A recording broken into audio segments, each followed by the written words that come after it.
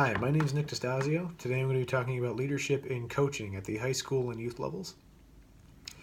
No matter where you go, you're going to find all different kinds of coaches. You're going to have the dad that's only there because his kid's on the team.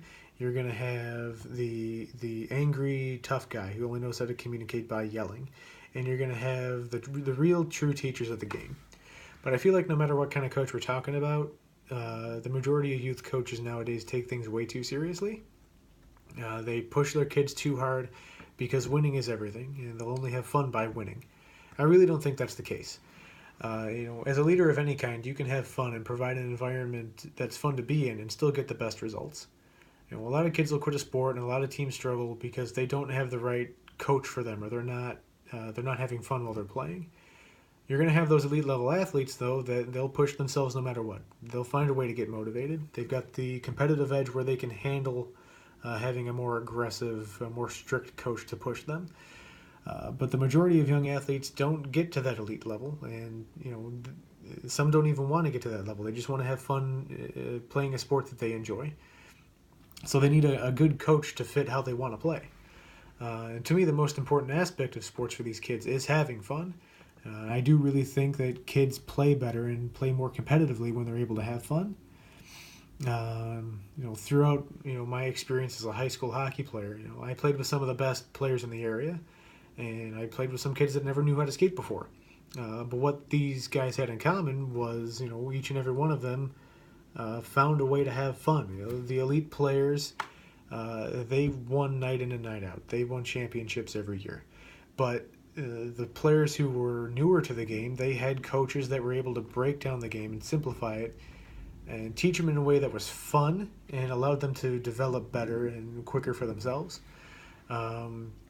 Coaches on my team, I think, really knew the game well, but I thought they had a hard time balancing seriousness with fun. They were both still pretty young guys, so there was a lot of clowning around between the players and them.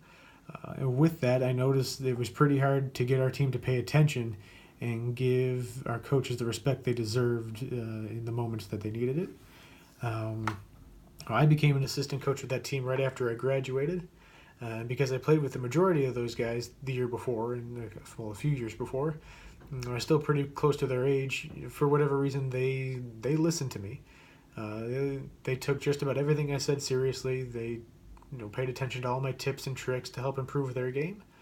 If we look back to what we talked about in class with the idealized influence of a transformational leader, there's a certain type of charisma that those kinds of leaders have, where they're able to connect with their subordinates or their players and make them want to listen to you, make them want to follow you.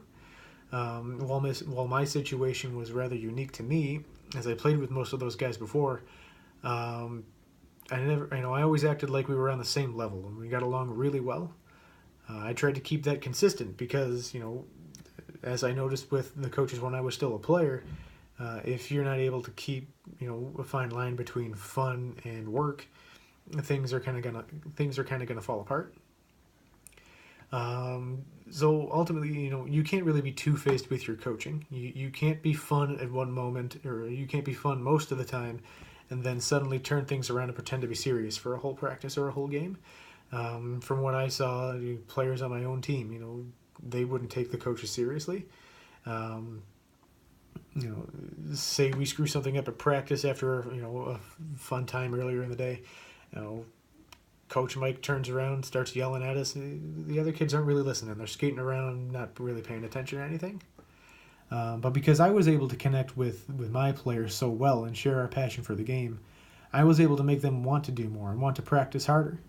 Our practices were at 3 o'clock after school every day, and a few kids would show up regularly early and ask me to get on the ice with them and work on things before practice started.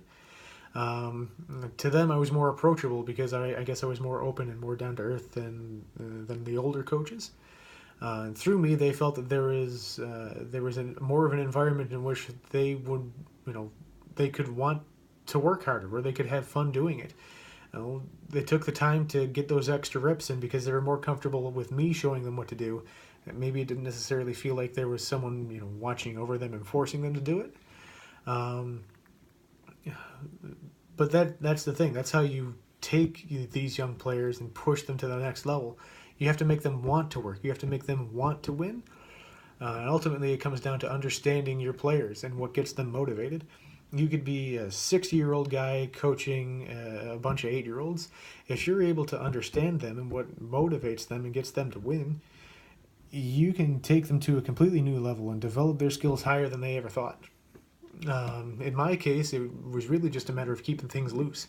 I'd clown around with the guys. We'd joke around before practice or before a game. But when it comes, when the time comes to get serious, they listened, and I was able to keep that consistency around the whole time I was coaching them. And that group wound up I think it was the most successful group in that team's history. They doubled the wins of the previous year, and they went to a few rounds deep into the playoffs. And I'd like to say that me being the fun coach had a huge key in that, but that was a pretty special team, and you could tell by how dedicated they were to wanting to be better. By working with my coaches and being able to develop that kind of environment for them, it made things so much easier for them, for the players. Now, don't get me wrong, I'm not necessarily a huge clown. I pushed these kids to the limits when it was time for practice, but in order to make them want to get to that next level and perform at their best, I had to create an environment where they wanted to dig that success out of themselves. And I think, whether it's coaching or business, in order to get the best out of your subordinates, you could be an 8U coach, you could be the CEO of AT&T. As long as they are in an environment where they are having fun and enjoying themselves, I truly believe they'll want to learn from you, and they'll want to become better players and better workers.